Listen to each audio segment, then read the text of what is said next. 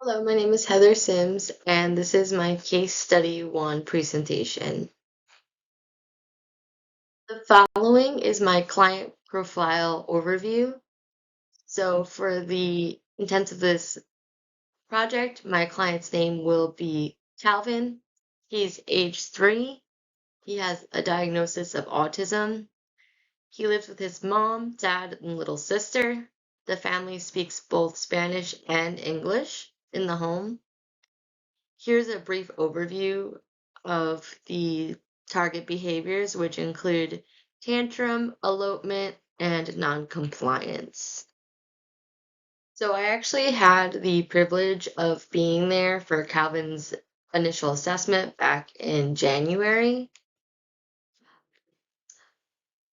Upon the initial assessment, the BCBA decided that the VB map should be utilized. The VB map is an age-appropriate assessment used for Calvin due to his language delay and ASD diagnosis. This was used as the curriculum guide and skill assessment for Calvin. Currently, he's actually in the midst of a reassessment, but Calvin's presenting skills at the time did not surpass the level 1. Scores were based on 0, 0.5, or a 1. The following assessment results indicated programs should be implemented to increase or improve client skills. For example, having a program emitting 2 mans, which are all done or more using a communication strip. And then as you see, I just have listed some of the scores he received in each section. As highlighted by Oliver et al. 2015, FBAs refer to a range of strategies. They help to identify the environmental variables that functionally relate to the targeted behaviors. So in this case, multiple methods were actually utilized to help determine the functions of the target behaviors. So method 1 was the use of indirect assessment methods, where an interview was done with parents, which explored specific instances where those behaviors were likely to occur. Additionally, descriptive analysis was utilized, which involved direct supervision of the client in the natural environment where the behaviors were likely to occur. Utilizing both methods helped reduce possible errors with indirect assessments. As again, Oliver et al. 2015 points out, Calvin's parents do not have the relevant training required, which leaves room for error. So with the use of the indirect assessment methods and the descriptive analysis involving direct observation, the following functions were identified as probable functions. So for tantrum behavior, access to tangibles was identified. For elopement, escape and access to tangibles was identified. And then for noncompliance, escape was identified. To ensure that we are following BACB standards, we take a look then at the BACB task list and see how the integration can be made between what has been reviewed in this presentation and the steps that were taken. So for F, the section of behavior assessment, F3 says identify and prioritize socially significant behavior change goals.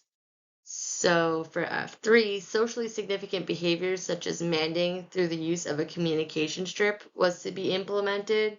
This was to help improve functionally appropriate communication to decrease the targeted behaviors.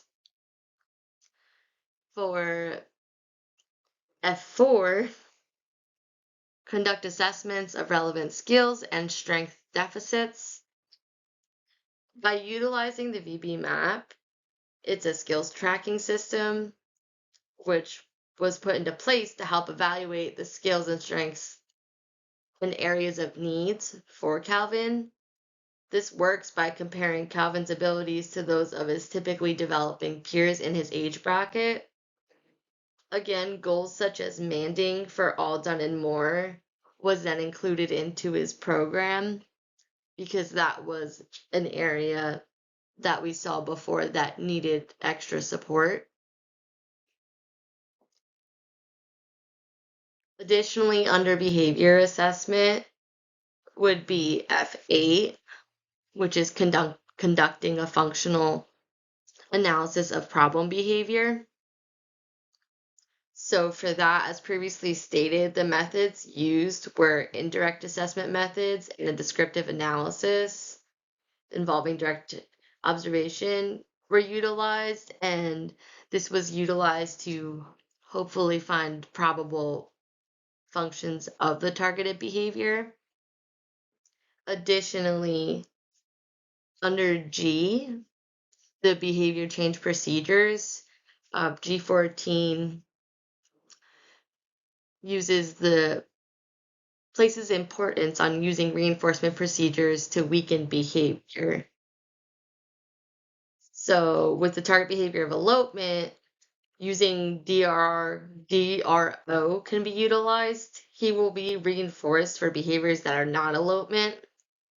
For tantrum behaviors, DRA will be utilized and is utilized, which will provide absences of tantrum behavior with reinforcement such as social praise.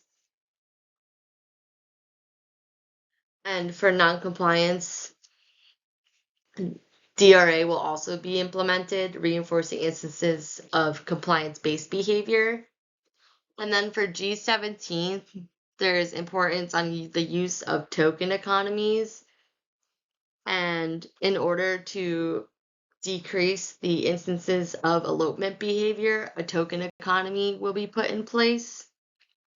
And these are some of the ways the BAC task list integration can be seen in this process for Calvin. And the following are my references used for this presentation. Thank you for listening and have a great day.